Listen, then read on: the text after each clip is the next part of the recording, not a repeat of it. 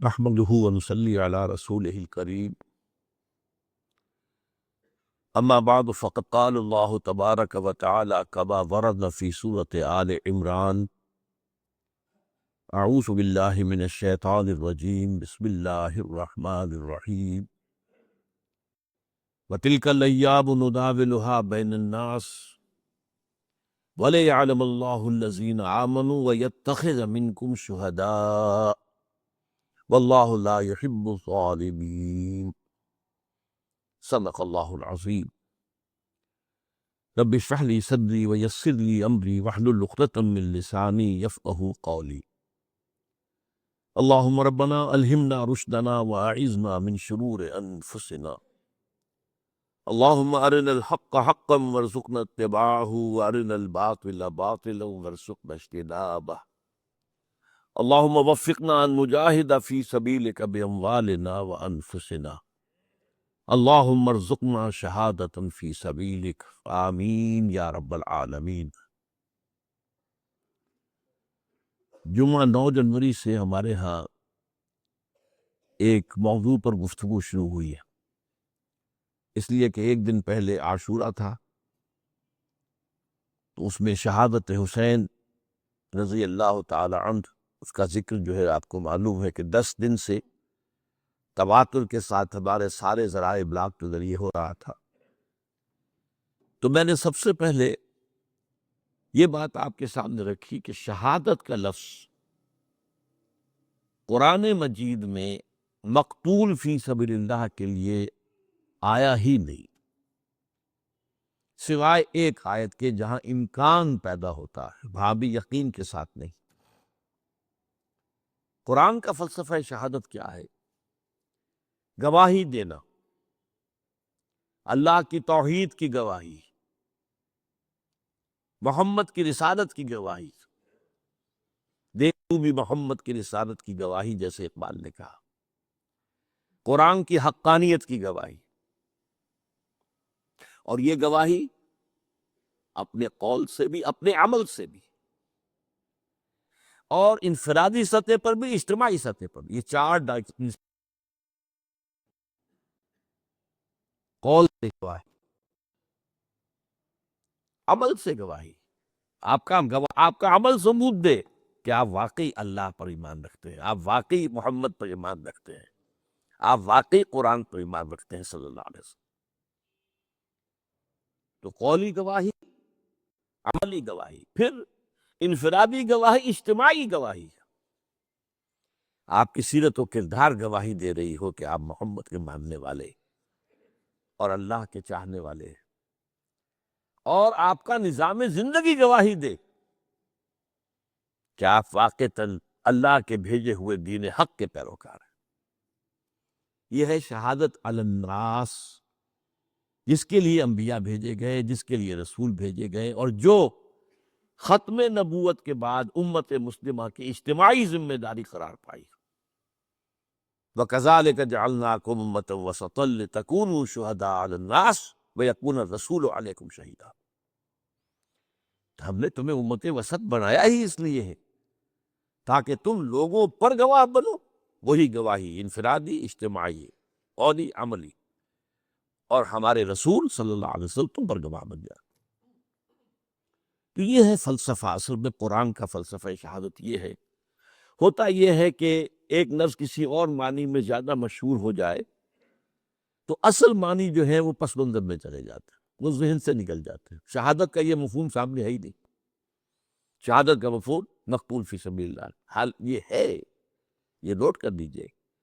قرآن مجید میں بھی ایک آیت جو میں نے آج پڑھی ہے آپ کے سامنے، ایک آیت سورہ آل عمران کی ہے، آیت نمبر 140، اس میں اس کا امکان ہے کہ اللہ کی راہ میں قتل ہونے والے کو شہید قرار دیا جائے، اور اس کی بات بھی واضح ہے، جس نے اپنی زندگی میں قولاً عملاً اللہ کی گواہی دی ہو، وہ اگر اسی کام کے لیے قتل ہو جائے تو گویا کہ اب اس کی گواہی مسلم ہو گئی، اب طے ہو گئی، اب اسے یہ خطاب مل سکتا ہے کہ یہ اللہ کا گواہ ہے۔ اس معنی میں یہ آیت جو ہے، آیت نمبر 140 ہے سورہ آل عمران کی، اور اس کا پس منظر کیا ہے؟ مسلمانوں کو عارضی شکست ہو گئی تھی، غزوہ احد میں چرکا لگا تھا، 70 صحابہ شہید ہو گئے تھے، تو لوگوں کے دل زخمی تھے صحابہ کرام کے۔ ظاہر بات ہے حوصلوں میں بھی پستی پیدا ہوتی ہے وقتی طور پر، بربنائے طبع بشری، اور انسان متاثر تو ہوتا۔ حضرت عمر نے تلوار پھینک دی تھی جب یہ خبر اڑ گئی کہ حضور شہید ہو گئے، تو تلوار پھینک کر بیٹھ گئے، اب کاہے کے لیے لڑنا؟ تو ایسی کیفیت عارضی طور پر ہو جاتی ہے۔ اس میں فرمایا گیا کہ گھبراؤ نہیں، یہ تو دن ہیں جنہیں ہم الٹتے پھرتے رہتے ہیں، اوپر نیچے سی سو ہوتا رہتا ہے، اوپر نیچے تلک الایام نداولها بین الناس، اور اسی سے ہم آزمائش کرتے ہیں تاکہ ہم دیکھ لیں کہ کون ہے واقعتاً جو ایمان والے ہیں، جو نامساعد حالات میں بھی ڈٹے رہتے ہیں، کھڑے رہتے ہیں، جمے رہتے ہیں، اور اللہ تم میں سے کچھ کو اپنا گواہ بھی بنا لے۔ یہاں اس گواہی کے معنی اللہ کی راہ میں قتل ہو جانے کے لیے جا سکتے ہیں۔ البتہ احادیث کے اندر یہ لفظ بکثرت آیا، لیکن آیا ہے استشہاد کے حوالے سے، باب استفعال سے۔ شہد یا شہدوں کے معنی دوں گے موجود ہونا، استشہدہ یستشہد استشہادن، کسی کو گواہ بنا لینا، لیتخذ منکم شہداء، استشہدہ وہ گواہ بنا لیا گیا، اس کی گواہی گویا کہ اللہ کے ہاں قبول ہو گئی۔ پھر ہم نے اس دوسری قسم کی جو شہادت ہے اس کے ضمن میں خلفائے ثلاثہ کی شہادت کا ذکر کیا تھا، اور اس کے تاریخی پس منظر کو سمجھنے کے لیے کہ یہ چیزیں جو ہے منطقی طور پر یہ لڑیاں ایک دوسرے سے ملی جلی نظر آئے، معلوم ہو کہ کیا منطقی ربط ہے۔ تو وہ جو فلسفہ میں نے بیان کیا کہ خود حضور کی سیرت اور قرآن مجید کا بھی اصل فہم حاصل نہیں ہو سکتا جب تک کہ یہ سامنے نہ ہو کہ آپ کی جد و جہد ایک انقلابی جد و جہد تھی، اور آپ نے بالفعل ایک انقلاب برپا کیا، نظام قائم کیا۔ کہاں وہ قبائلی زندگی، کہاں مرکزی نظام کے تحت زندگی، وہ سارا کا سارا جو دین حق کا نظام ہے وہ نافذ، اللہ کی حاکمی ہے، پوری شریعت محمدی کا نفاذ، یہ کارنامہ ہے محمد رسول اللہ کا صلی اللہ علیہ وسلم۔ اس کے اعتبار سے سمجھنا چاہیے کہ ہر انقلاب کے بعد کاؤنٹر ریولوشنری موومنٹس اٹھتی ہیں لازماً۔ انقلاب جب قریب ہوتا ہے کامیابی کے تو جو مخالفین ہوتے ہیں انقلاب کے وہ ذرا دبک جاتے ہیں۔ تو میں نے کہا تھا نیمی پا لینا، بھائی ذرا سر جھکا دو اپنا، اس لیے کہ اب it's no use continuing resistance, اب آپ نہیں کر سکتے مقابلہ۔ یہ کیفیت شروع تو ہو گئی تھی فتح مکہ کے بعد سن 8 رمضان مبارک میں۔ پھر اگلے سال جب آیات آ گئی سورہ توبہ کی، اس کے بعد ظاہر بات ہے کہ آخری چیلنج دے دیا گیا، 4 مہینے کی مہلت ہے، یا ایمان لاؤ یا قتل کر دیے جاؤ گے، یا تیسرا آپشن جو ہے نتیجتاً نکلتا ہے کہ اس ملک کو چھوڑ کے دفع ہو جاؤ۔ تو اس کے بعد جو ہے یدخلون فی دین اللہ افواجا، آ کے فوج در فوج داخل ہو گئے۔ لیکن اس کے بعد پھر کاؤنٹر ریولوشنری موومنٹ شروع ہوئی، اب اس کو ختم کرنے کے لیے۔ اور میں نے عرض کیا آپ سے کہ چونکہ سب سے بڑی ایگریوڈ پارٹی کون تھی، سب سے زیادہ جس مذہب کا قلع کما ہوا وہ کون سا تھا؟ مشرکین عرب کا مذہب، شرک۔ لہذا جزیرہ نمائے عرب ہی سے 2 مخالف انقلاب تحریکیں اٹھی، ایک جھوٹے نبی کھڑے ہو گئے اور منکرین زکوٰۃ کھڑے ہو گئے۔ اسے کہا گیا ارتداد عمومی، تقریباً پورا عرب مرتد ہو گیا۔ جو یدخلون فی دین اللہ افواجا ہوئے تھے وہ یخرجون فی من دین اللہ افواجا بھی ہو گئے۔ حجاز کے چند شہروں تک اسلام محدود رہ گیا۔ یہ حضرت ابو بکر کی عزیمت اور ہمت، یہ اس کا ایک بڑا اہم درخشاں باب ہے کہ انہوں نے آئرن ہینڈ کے ساتھ، حالانکہ وہ بڑے لحیف الجثہ اور بڑے آپ کہیے رقیق القلب انسان تھے، لیکن یہ کہ اس وقت ان کی عزیمت، ان کی ہمت وہ بروئے کار آئی، اور ان دونوں تحریکوں کو آپ نے قوت کے ساتھ کچل کر رکھ دیا، اور گویا کہ اندرون ملک عرب، جزیرہ نمائے عرب، انقلاب محمدی کو اثر نو کنسولیڈیٹ کر کے عمر کے حوالے ہو گیا رضی اللہ تعالیٰ عنہ۔ اب حضرت عمر کے زمانے میں فتوحات کا اب دائرہ جو ہے، اب اندر سے سکون، جزیرہ نما عرب کے اندر امن ہے، لہذا ساری توجہ خارج کی طرف ہوئی۔ اور اس میں سب سے زیادہ جس کو نقصان پہنچا وہ سلطنت ایران تھی، اگرچہ سلطنت روما کو بھی پہنچا، لیکن سلطنت روما 3 بر اعظموں پر تھی: شمالی افریقہ، مشرقی یورپ، مغربی ایشیا، شام کا علاقہ۔ لیکن سلطنت جو ہے اس میں سے سلطنت روما کی ایک ٹانگ ٹوٹی تھی، یعنی ایشیائی جو مقبوضات تھے، باقی تو انٹیکٹ تھی۔ ایران جو ہے تہس نہس ہو گیا، ختم ہو گیا۔ یزدگرد نے حضور کے نامہ مبارک کو چاک کیا تھا تو آپ نے فرما دیا تھا اس نے میرا خط نہیں چاک کیا، اپنی سلطنت کے پرزے اڑا دی۔ اب اس ظاہر بات ہے کہ اس پر جو اب وہاں سے جو کاؤنٹر ریولوشنری موومنٹ آیا وہ ایرانین نیشنلزم کا تھا۔ ابو لولو فیروز اور اس کے پیچھے ہرمزان، یہ ایرانی سازش تھی جس نے کہ حضرت عمر کو شہید کیا رضی اللہ تعالی، مسجد کے اندر نماز پڑھتے ہوئے 6 وار کیے۔ تیسری چیز جو بہت زیادہ جسے گزند پہنچا تھا وہ بطور مذہب یہودیت تھی۔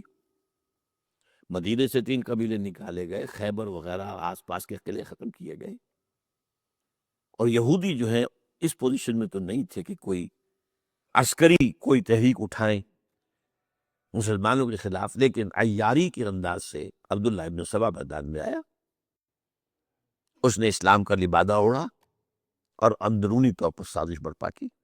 میں اس کی بات میں پچھلی مرتبہ عرض کر چکا ہوں، جس کے نتیجے میں حضرت عثمان شہید کیے گئے رضی اللہ تعالی۔ یہ دوسری شہادت ہو گئی۔ یہ گویا کہ دونوں شہادتیں جو ہوئی ہیں یہ کاؤنٹر ریولوشنری موومنٹس تھی۔ اب آج کا میرا موضوع ہے شہادت علی رضی اللہ تعالیٰ عنہ۔ اصل میں حضرت علی رضی اللہ تعالیٰ عنہ کی شہادت بھی اسی الفتنۃ الکبریٰ کا تسلسل ہے، وہ جو عبداللہ ابن سبا کا پیدا کردہ عظیم ترین فتنہ تھا، اسی کا ایک نتیجہ حضرت علی کی شہادت بھی ہے، لیکن وہ بات ذرا تفصیل سے سمجھنی ہوگی۔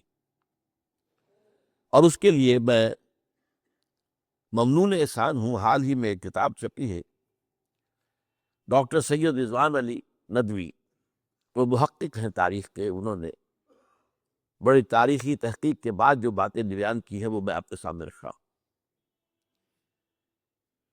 عرب میں جنوب مغرب کی کونے میں جہاں یہ یمن بھی آباد ہے، اس کے اوپر نجران ہے، اسی علاقے میں یمامہ کا علاقہ کہلاتا ہے۔ یہاں ایک قبیلہ آباد تھا بنو تمیم۔ یہ جو لوگ تھے بڑے کرخت مزاج، جنگجو، اکھڑ، ضدی، اور جس بات کو ایک دفعہ مان لے اس پر اڑ جانے والے اور مر مٹنے والے۔ یہی سے فتنہ پہلا اٹھا تھا۔ سب سے بڑا جو نئے جھوٹے نبی کھڑے ہوئے تھے ان میں سب سے بڑا تو مسیلمہ کذاب تھا، یہی تو علاقہ تھا، اور اس کے خلاف اس فتنے کی سرکوبی میں کتنے صحابہ، 1200 صحابہ ایک جنگ کے اندر شہید ہوئے، جن میں 500 جو ہیں وہ حفاظ سے رضی اللہ تعالیٰ عنہ۔ تو یہ لوگ جو یہ تھے بڑے زوردار۔ اس قبیلے کے بارے میں حضرت عمر رضی اللہ تعالیٰ عنہ نے ایک بڑی عجیب حکمت عملی اختیار کی۔ ان کو وہاں سے اکھاڑ کر اور ایران کی سرحدوں پر آباد کر دیا، اب جہاں پر جہاد ہو رہا تھا، تاکہ ان کے اندر جو یہ جنگجوئی ہے یہ اب اس مقصد کے لیے استعمال ہو، اب وہ دارالاسلام کی توسیع کے مقصد کے لیے استعمال ہو، اور وہ ہوئی۔ حضرت عمر نے 2 چھاؤنیاں بنائی تھی رضی اللہ تعالیٰ، کوفہ اور بصرہ، کیونکہ ظاہر بات ہے کہ اب جو اسلام کا دائرہ پھیل رہا تھا اور اسلامی حکومت پھیل رہی تھی، اور زیادہ تر جو ہے مشرق کی طرف پھیل رہی تھی، ایران اور خراسان وغیرہ کی طرف، تو اب مدینے سے اس کا کنٹرول اتنا آسان نہیں تھا، فاصلہ تھا، تو چھاونیاں بنائیں تاکہ یہ اس سرحد کے اوپر یہ موجودہ مرکز رہے یا فوجیں موجود رہیں، کہیں کوئی بغاوت ہو تو اس کو کچلنے کے لیے وہ قوت فوری طور پر دستیاب ہو سکے۔ یہ لوگ ہیں کہ جو عبداللہ ابن سبا کی فتنے سے سب سے زیادہ متاثر ہو. ان کی مزاج میں وہ کجی تو تھی نا. حضرت عمر بھی ان کا جو ایک مضبوط کنٹرول تھا انہیں دبائے رکھا ہے، اور ان کا رخ جو ہے ایک دوسری طرف موڑ کر اس سے اسلام کو فائدہ پہنچایا. لیکن اس کے بعد جب فتنہ جو آیا یہ عبداللہ ابن سبا، تو سب سے بڑھ کر یہی لوگ اس کے ماننے والے، اور انہی میں سے وہ لوگ تھے جنہوں نے جانیں بھی دے دی ہیں، جنہیں حضرت علی نے زندہ جلایا ہے، اس لیے کہ وہ کہتے تھے کہ علی خدا ہے. اے علی تم خدا ہو، تم ہمیں آگ میں جلا رہے ہو، یہ تو تم ہمارا امتحان لے رہے ہو. وَلَنَبْلُوَنَّكُمْ بِشَيْءٍ مِّنَ الْخَوْفِ وَالْجُوعِ وَنَقْصٍ مِّنَ الْأَمْوَالِ وَالْأَنفُسِ وَالثَّمَرَاتِ. اب وہ اس آیت کو اپنے اوپر منطبق کر رہے ہیں. تو یہ جو کرخ لوگ تھے، انہوں نے در حقیقت جو ہے عبداللہ ابن سبا کے کردار میں سب سے بڑا رول پلے کیا، اور انہی کے ہاتھوں حضرت عثمان شہید ہوئے رضی اللہ تعالی. اور اس کے بعد انہوں نے حضرت علی رضی اللہ تعالیٰ عنہ کو اپنے گھیرے میں لے لیا، کیونکہ انہی کی کثیر تعداد موجود تھی مدینے میں جب حضرت عثمان شہید ہوئے. اس کے بعد اب ظاہر بات ہے کہ کوئی نہ کوئی تو خلیفہ ہونا چاہیے تھا.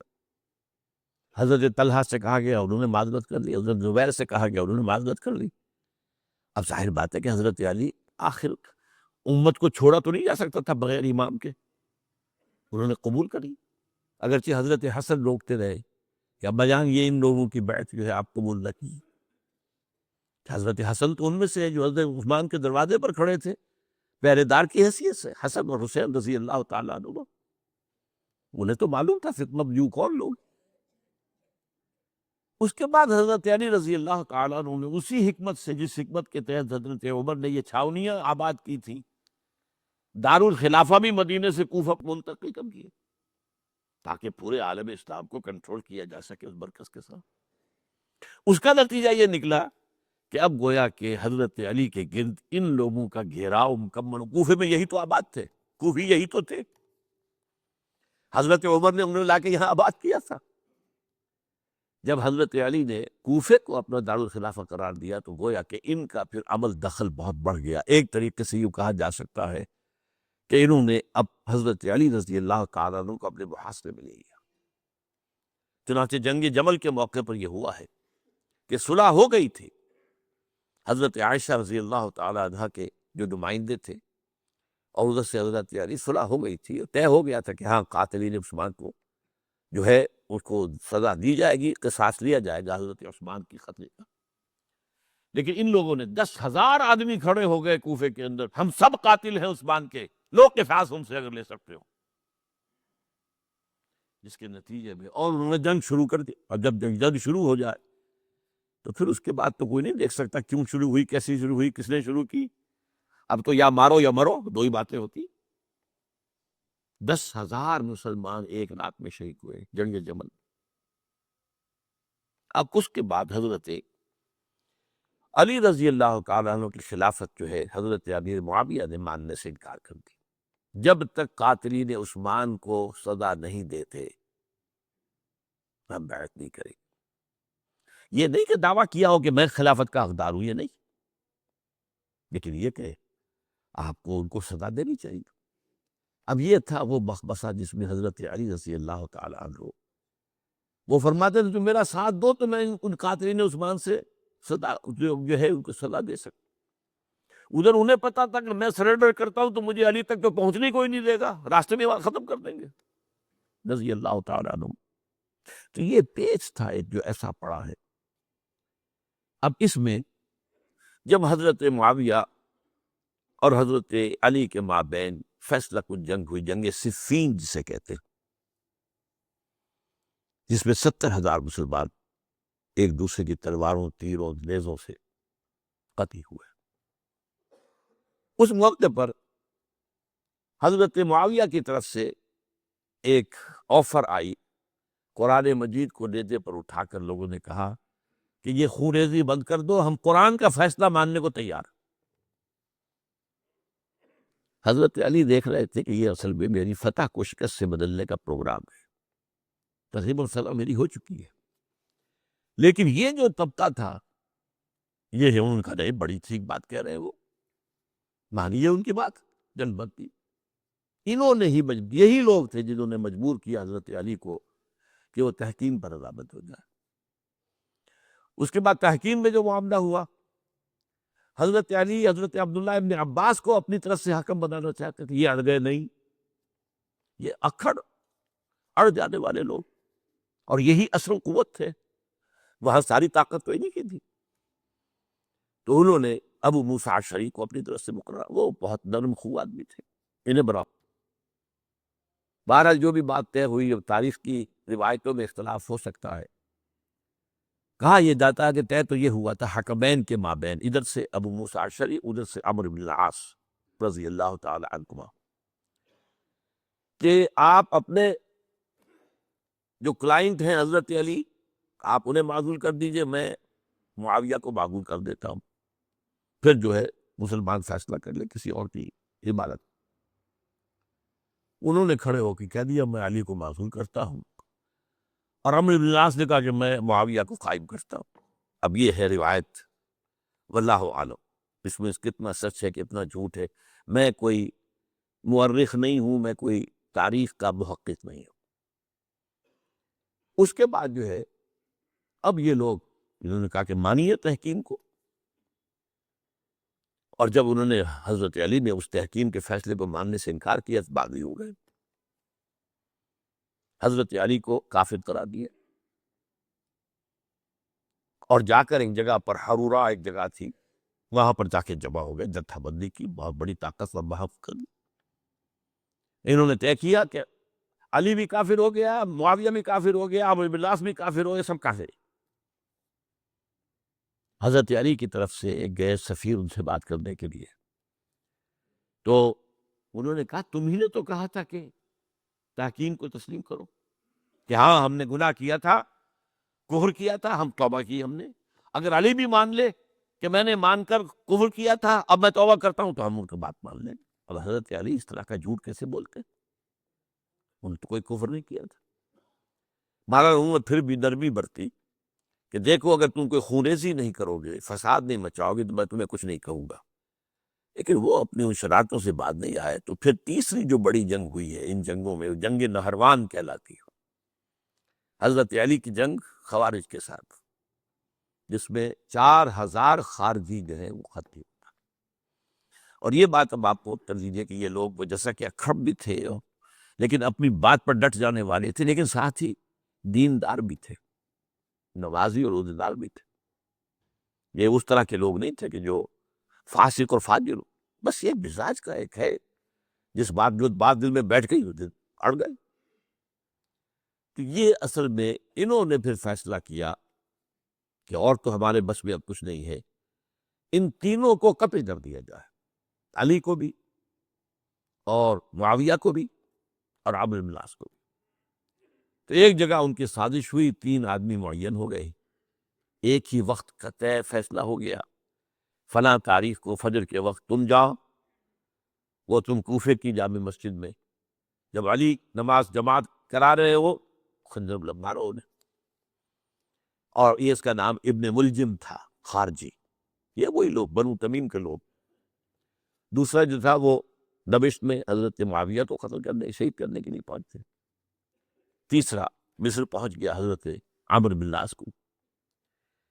اب یہ بات اللہ کی طرف سے ہے، یہ تو اس کی مشیت ہے، اس کا فیصلہ ہے۔ حضرت علی پر وار کارگر ہوا، آپ شہید ہو گئے۔ حضرت معاویہ پر وہ وار ذرا اوچھا پڑا، زخمی تو ہوئے لیکن آپ کی جان بچ گئی۔ عمرو بن العاص اس روز مسجد میں کسی معذوری کی وجہ سے، عذر کی وجہ سے فجر میں آئی نہیں سکی،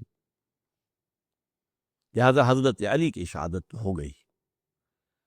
اب یہ ہے اصل پس منظر، کن لوگوں نے کیا شہید، اصل میں وہ سمجھ لینے کی بات ہے، یہ خوارج نے شہید کیا، لیکن خوارج کا فتنہ سبائی فتنے ہی کا آف شوٹ ہے، اسی کے ذیل میں ہے، اسی کی ایک شاخ ہے، اسی کا ایک نتیجہ ہے۔ یہ خوارج جو ہے بعد میں بھی ان کی مسلسل جو ہے وہ جنگیں رہی ہیں۔ بہرحال اس صورتحال کو یہ سمجھ لیجئے کہ یہ خلفائے ثلاثہ رضی اللہ تعالی عنہ، حضرت عمر شہید، عثمان شہید، علی شہید۔ عجیب بات ہے کہ تینوں کا نام عین سے شروع ہوتا ہے، عمر عین سے، عثمان عین سے، علی عین سے، تینوں شہید ہوئے ہیں۔ لیکن یہ کہ یہ ہے تاریخی پس منظر۔ اب اس کے بعد میں صرف آپ کو چند اشارے دوں گا، میں نہیں چاہتا کہ اس سے آگے کوئی تفصیل سے گفتگو ہو۔ حضرت علی کی شہادت کے بعد لوگوں نے، جبکہ ابھی حضرت علی زخمی تھے، انتقال نہیں ہوا تھا، آپ سے پوچھا کہ ہم حسن کے ہاتھ پر بیعت کر لیں رضی اللہ تعالیٰ۔ آپ نے فرمایا نہ میں تمہیں اس کا حکم دیتا ہوں اور نہ روکتا ہوں، یہ تمہارا معاملہ ہے، امیر المسلمین ہے، مسلمان فیصلہ کر لے جس کو چاہیں۔ چنانچہ حضرت حسن رضی اللہ تعالیٰ عنہ کے ہاتھ پر بیعت ہو گئی۔ اب معاملہ ٹھہرا حضرت حسن اور حضرت معاویہ کے مابین۔ 6 ماہ خلافت رہی ہے حضرت حسن کی رضی اللہ تعالیٰ، اور میں انہیں 5واں خلیفہ راشد مانتا ہوں۔ ابو بکر، عمر، عثمان، علی، حسن، انہوں نے کوئی اپنی قوت سے خلافت حاصل نہیں کی تھی، بلکہ مسلمانوں نے انہیں خلیفہ بنایا تھا۔ لیکن یہ اس قدر صلح جو انسان تھے، بہت نرم طبیعت کے انسان، جب موقع نے دیکھا کہ یہ تو پھر خوریزی کا معاملہ ہو رہا ہے، ابھی معاویہ کے پاس 40,000 کا لشکر تھا، ان کے پاس بھی بڑا لشکر موجود تھا، بلکہ 40,000 ان کے پاس تھا، حضرت معاویہ کے پاس تو اس سے بڑا تھا۔ انہوں نے صلح کر لی حضرت معاویہ سے رضی اللہ تعالیٰ، اور وہ حدیث ان کے حق میں جو ہے پیشن گوئی تھی وہ پوری ہو گئی کہ حضور نے فرمایا تھا میرا یہ بیٹا مسلمانوں کے 2 گروہوں کے مابین صلح کرائے گا۔ یہ سن 41 ہجری کا واقعہ ہے جب صلح ہو گئی اور حضرت حسن دستبردار ہو گئے اور امیر معاویہ کو اب خلیفہ تسلیم کر لیا گیا۔ اس کو عام الجماع کہتے ہیں، یعنی وہ انتشار اور تفرقہ جو سبائی فتنے سے شروع ہوا تھا، اگرچہ اس کا نقطۂ آغاز تو بالفعل بنا شہادت عثمان، پھر وہ جنگ جمل اور جنگ صفین اور جنگ نہروان، اور اس کا ایک نتیجہ جو نکلا وہ کیا تھا کہ اسلامی حکومت کی حدود کی جو توسیع ہو رہی تھی وہ عمل رک گیا۔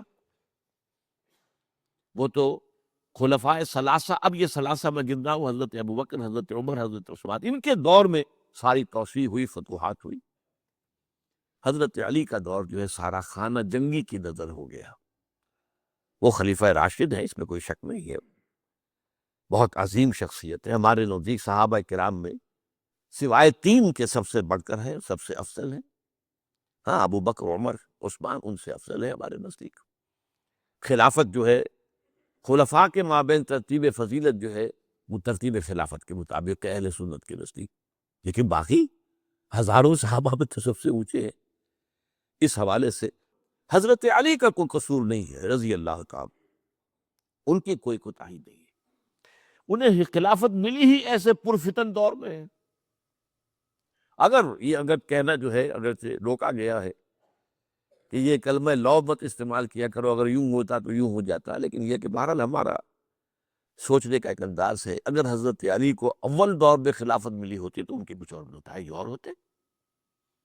اب یہ پرفتن دور کے اندر خلافت ملی، خانہ جنگی ہو رہی ہے، اور جو حالات میں نے آپ کو بتائے ہیں، ظاہر بات ہے کہ وہ دور جو تھا نہ ذرائع آمد و رفت ایسے تھے، نہ ذرائع مواصلات ایسے تھے، نہ کمیونیکیشنز ایسی تھیں، وہ تو یوں سمجھیے کہ دارالخلافہ کے اندر کے حالات جو ہیں بس وہیں پر فیصلہ ہو رہا تھا، یا پہلے مدینے میں ہوا، حضرت عثمان شہید ہوئے، اور یا پھر کوفے میں ہو گیا۔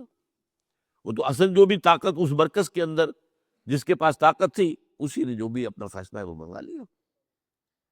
بہرحال یہ جو حضرت حسن نے مصالحت کی ہے، جس کی بنا پر ہم تو انہیں سلام کرتے ہیں، ان کا احترام کرتے ہیں، انہوں نے خانہ جنگی ختم کی، فساد جو ہے اس کی جڑ کاٹ دی، کابل جماعت ہو گیا، اب امن ہو گیا۔ اور نوٹ کیجئے اس کے بعد 20 برس تک امیر معاویہ کی حکومت رہی ہے، 20 برس، اور کامل امن رہا ہے۔ اس میں یہ بھی ہے کہ ان کے تدبر کو بھی دخل حاصل تھا، یہ بھی ہے کہ انہوں نے کچھ طاقت کا استعمال بھی کیا، یہ بھی ہے کہ انہوں نے دلجوئیاں بھی کی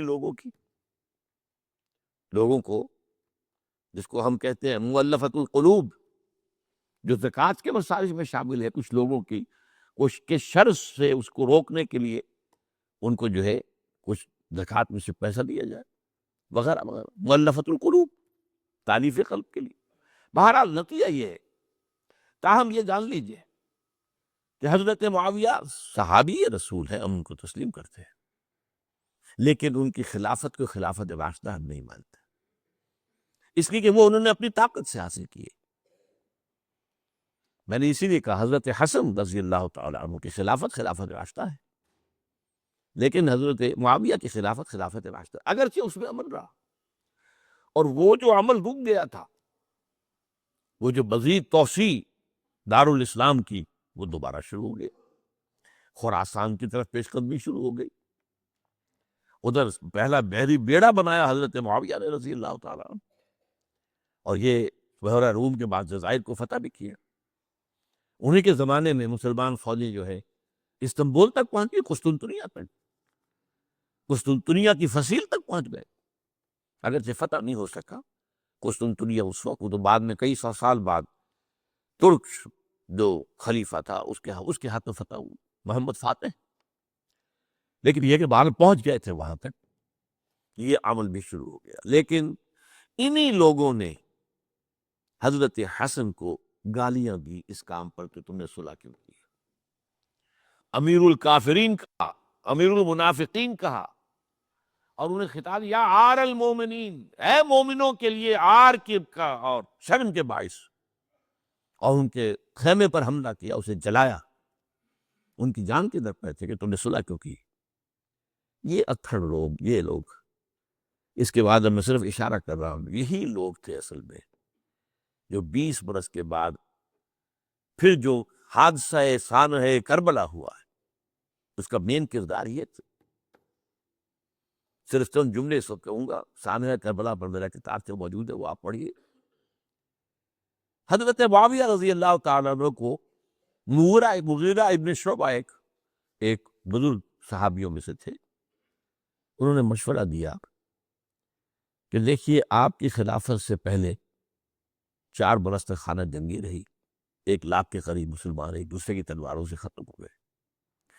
اب اگر وہ زمانہ گزر گیا، کبار صحابہ تو فوت ہو چکے، بڑے صحابہ تو گئے، اب تو یہ 9 مسلم جو فتح کے بعد ایمان لائے یا اس کے بعد ایمان لائے جبکہ سورہ توبہ کی آیات نازل ہو گئی، اب تو یہ لوگ، یا پھر اب نئے لوگ جو مفتوحہ علاقے میں ایمان لا رہے ہیں، مسلمان ہو رہے، لہٰذا اب وہ جو مسلمانوں کا ایک نظام خلافت راشدہ کا تھا، اگر اس کے پیچھے کسی مضبوط قبیلے کی طاقت نہ ہو تو وہ مرکزیت قائم نہیں رکھ سکے گا، لہٰذا آپ یزید کو اپنا ولی عہد مقرر کر دیں۔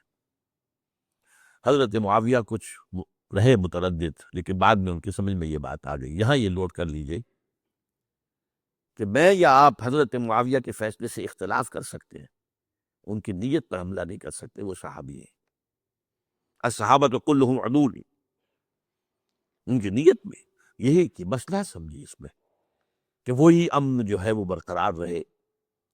اس وقت جو ہے کچھ تھے ہمارے جو اس وقت اگرچہ وہ صغار صحابہ میں شمار ہوتے تھے، لیکن اب وہ کبار تھے، وہ کھڑے ہو گئے کہ آپ یہ کام غلط کر رہے ہیں، یہ قیصریت اور کسریت جو ہے اس کا آغاز کر رہے ہیں۔ اور یہ کون لوگ تھے؟ اب دیکھیے ترتیب، ابو بکر کے بیٹے عبد الرحمن، عمر کے بیٹے عبداللہ ابن عمر، عباس کے بیٹے عبداللہ ابن عباس، زبیر کے بیٹے عبداللہ ابن زبیر، علی کے بیٹے حضرت حسین۔ حضرت حسن فوت ہو چکے تھے، کیونکہ یہ عین وسط میں ہوا واقعہ، 20 سال کے درمیان 10 سال حضرت معاویہ کی حکومت کو شروع ہوئے، 10 سال ہو چکے تھے۔ میری جو تحقیق ہے یا مطالعہ اس کے مطابق تو یہ ہے کہ حضرت عثمان نے مصلحت سے، حضرت معاویہ نے مصلحت سے کام لیا اور ان پر جبر نہیں کیا،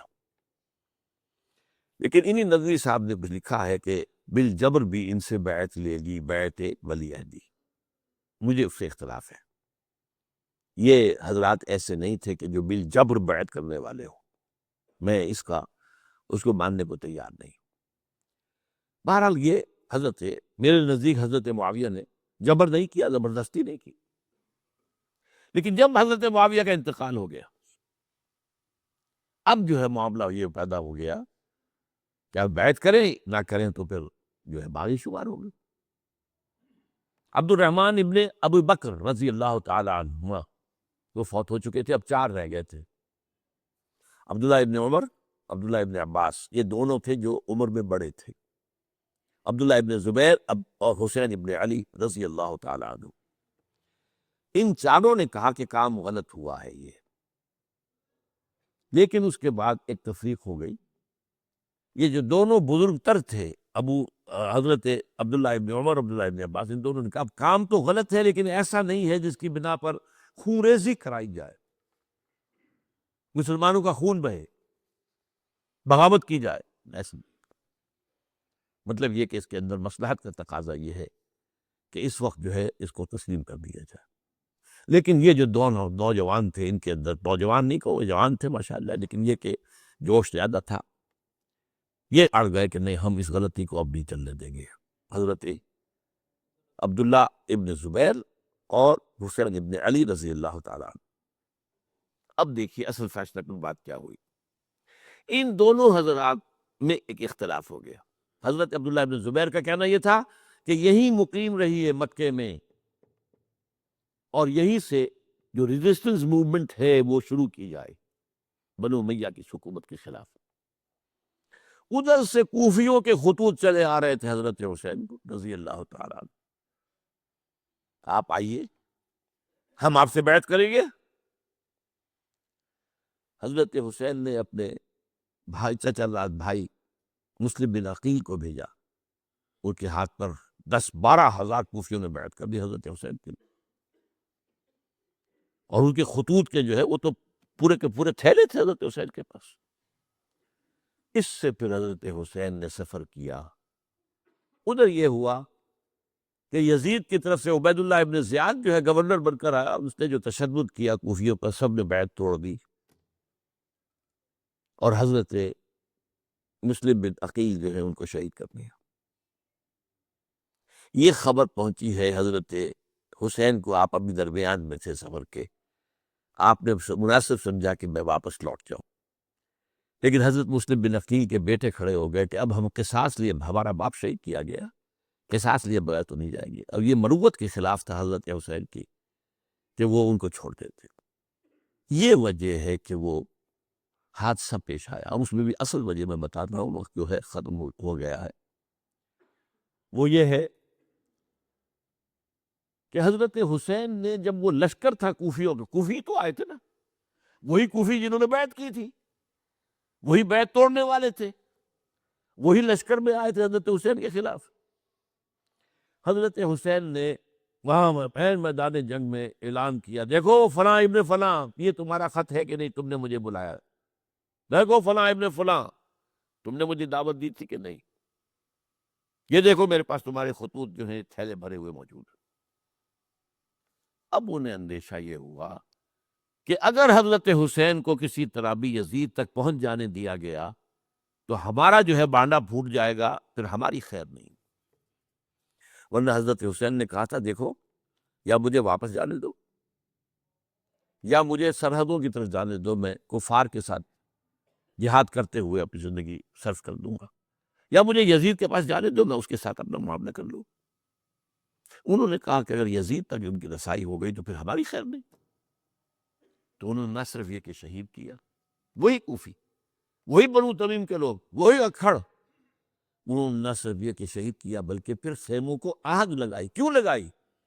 تاکہ وہ جو ڈاکومنٹری پروف تھا ان کے خلاف وہ ختم ہو جائے، ورنہ آگ لگانے کی کیا ضرورت تھی؟ انہوں نے اور تو کوئی نہیں کیا، یعنی وہ کام تو نہیں کیا کہ جو کسی مفتوح کے ساتھ کیا جاتا ہے۔ حضرت حسین کے بیٹے بیمار تھے، حضرت علی بن حسین زین العابدین رحمۃ اللہ علیہ، انہیں شہید تو نہیں کیا۔ جو خواتین تھی جو ان کی کوئی بے حرمتی نہیں کی۔ یہ نہیں کہا کہ اب یہ تو جیسے کہ خوارج کہتے تھے جو مسلمان کافر ہو گئے ہیں، مسلمان ہیں ان کے نزدیک کافر ہیں، ان کی بیویاں بھی حلال ہیں ہم پر، وہ تو کنیزیں ہیں، پھر فیصلہ یہ تو نہیں کیا۔ خیمے جلائے اس لیے ہے کہ وہ جو ثبوت تھا ان کے خلاف وہ ختم ہو جائے۔ یہ حادثہ فاجعہ بھی در حقیقت اسی سلسلہ سبائیہ، وہ فتنہ جو ہے اسی کا اس کی ایک کڑی ہے۔ یہ ہے وہ ہماری تاریخ کے جو ہمارا صدر اول ہے، اس میں جو یہ شہادتیں ہوئی ہیں ان کا تاریخی پس منظر۔ آج اسی پر اکتفا کر رہا ہوں۔ اقول قولی ھذا واستغفر اللہ لی ولکم ولسائر المسلمین والمسلمات۔